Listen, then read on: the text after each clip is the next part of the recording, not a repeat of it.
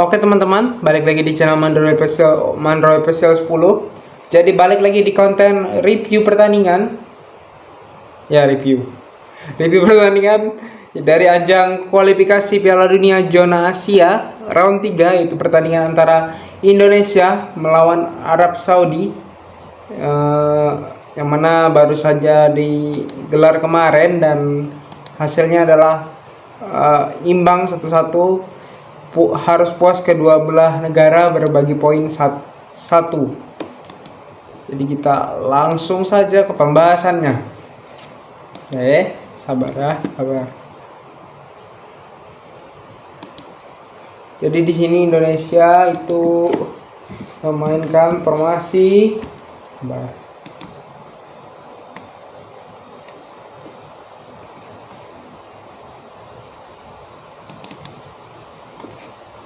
Jadi Indonesia di sini memainkan formasi.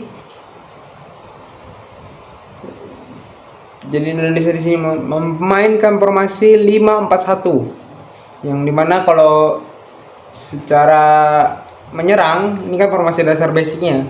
Secara menyerang itu main 3 back, yang dimana Calvin Perdong sebagai center back kiri, terus Jai Ijis sebagai center back tengah dan Rizky Ridho sebagai center back kanan. Ini kalau secara menyerang ya.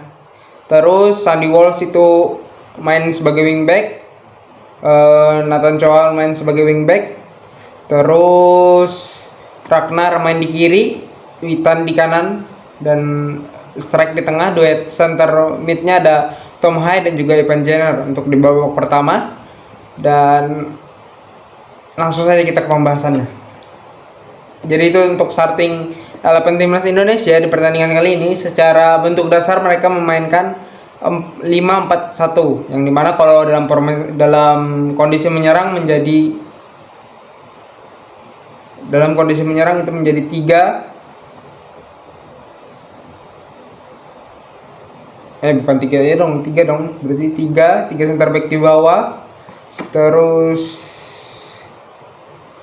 3-4-3. Jadi formasi ketika menyerangnya adalah 3-4-3, yang dimana itu Nathan Chow dan juga Sandy Walsh bermain sebagai wingback seperti yang gue bilang tadi. Dan kita langsung saja dibahas pertandingannya, karena cukup mengejutkan. Sejak awal timnas Indonesia berhasil mengambil alih serangan, yang dimana yang sangat kelihatan dari mereka adalah passing yang sangat bagus, terus juga koordinasi antara pemainnya cukup bagus. Di babak pertama kita lihat ya, kombinasinya jalan antara pemain tengah dan juga pemain depan, terutama Tom Hai, Ragnar juga banyak kelihatan. Terus juga overlapping dari Sandy Walsh sangat kelihatan di pertandingan kali itu. Dan pada menit 18 ke 19 akhirnya Indonesia mencetak gol pertama melalui kerjasama dari one to pass antara Rafael Strike dan juga Witan Sulaiman kasih cutback ke tengah. Ada Ragnar Rorotmangun, dan Ragnar Rorotmangun melepaskan tendangan dan mengenai Sandy Walsh, dan arah bola berubah arah sehingga sulit untuk ditangkap oleh penjaga gawang Arab Saudi. Dan setelah gol itu, timnas Indonesia pun masih memegang kendali serangan sampai menit 30-an. Dan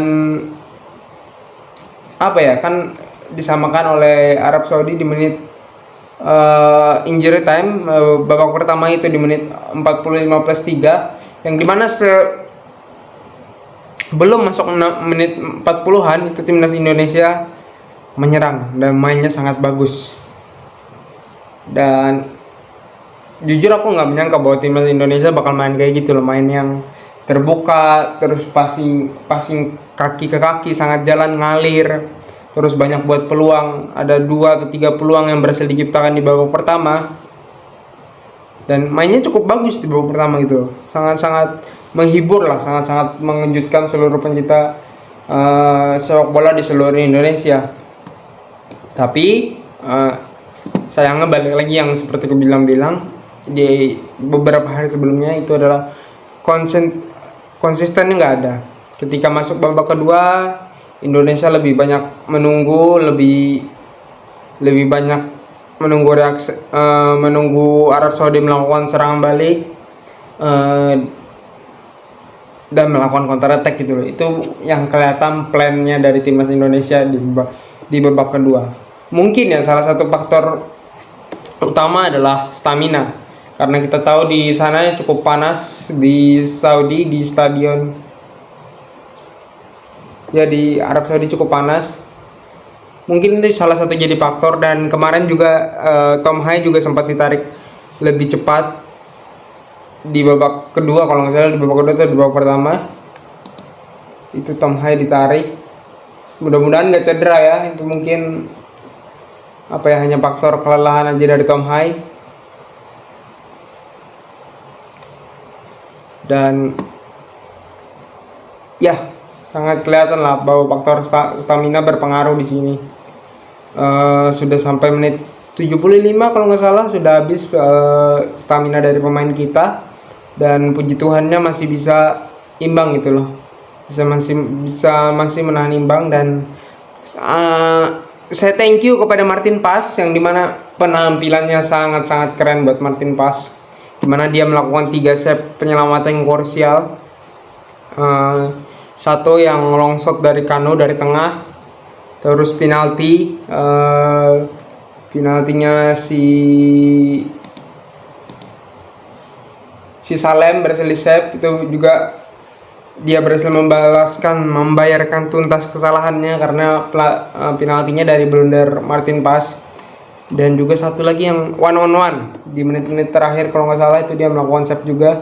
Dan salut juga, angkat topi buat Jai Ijez yang mana sepanjang pertandingan bermain cukup solid, tampil cukup solid, lugas di lini belakang Indonesia. Sangat membantu lah Jai Ijez, membantu Rizky Ridho dan juga Kelvin Perdong lah selama hampir 90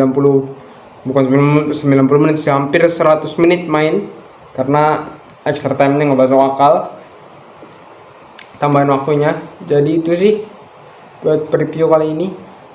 Ya walaupun di pertandingan kali ini ada beberapa pemain dari timnas kita yang harusnya bisa diganti, ditarik di menit 50-an atau 60-an menurutku, kayak Rafael Strike.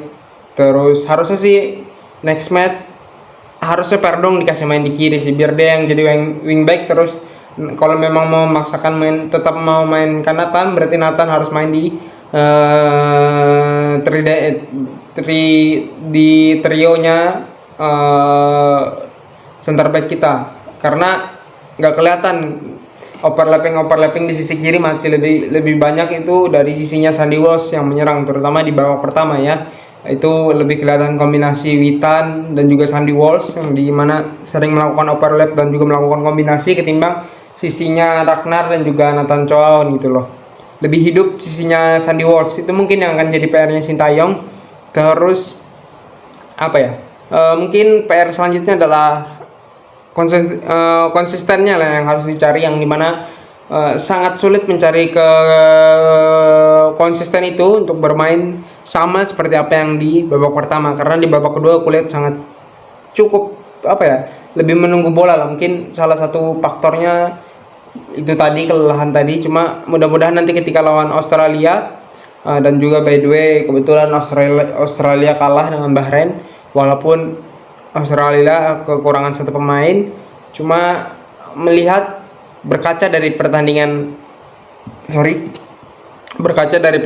Bahrain dan juga Australia, ada peluang buat timnas Indonesia untuk bisa mencuri kemenangan gitu loh di kandang, ditambahkan di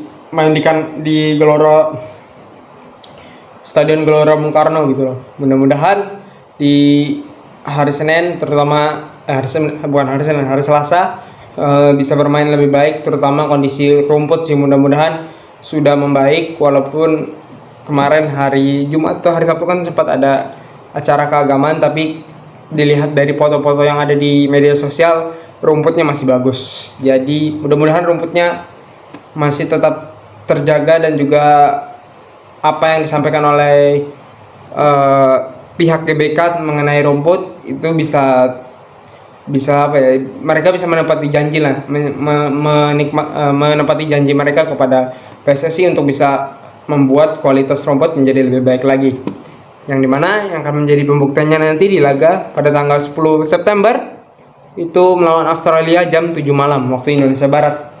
Semoga itu sih PR-nya Sintayong. Mungkin kalau ada sih aku lebih prefer Perdong di kiri, terus nonton Coan taruh di duet di trio back center, back tengah kita gitu loh.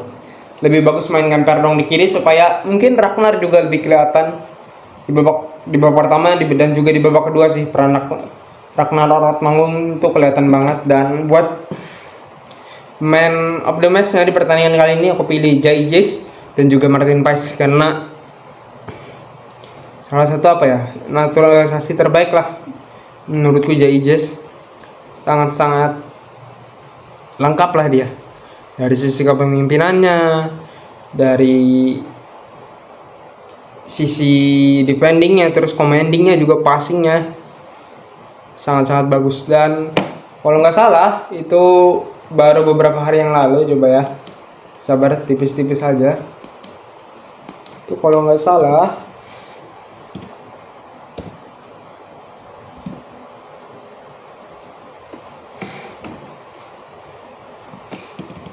kabar ya.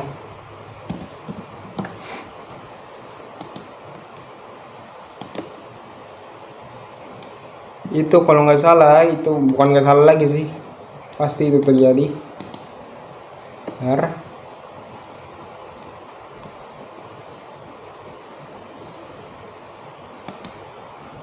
Kita update dikit aja karena ada kabar mengejutkan setelah 1 hari apa ya, laga timnas Indonesia digelar di Arab Saudi. Jadi sudah resmi Indonesia akan menaturalisasi 2 pemain lagi, yaitu Eliano Reinders, yaitu merupakan adik dari Reinders yang dimana dia bermain di timnas Belanda, dan adiknya akan memilih bermain bersama timnas Indonesia, masih dalam proses naturalisasi ya.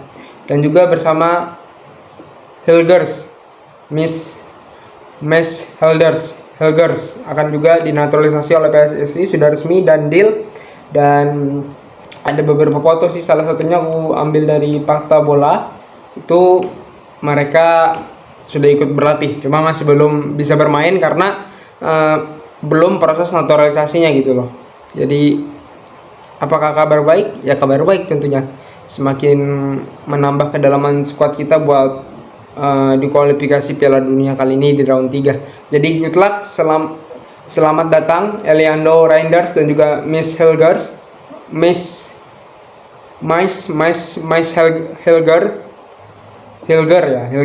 Hilger. Jadi selamat datang, semoga proses naturalisasinya cepat terlaksana dan bisa membela skuad Indonesia di bawah asuhan Sintayong. Jadi itu saja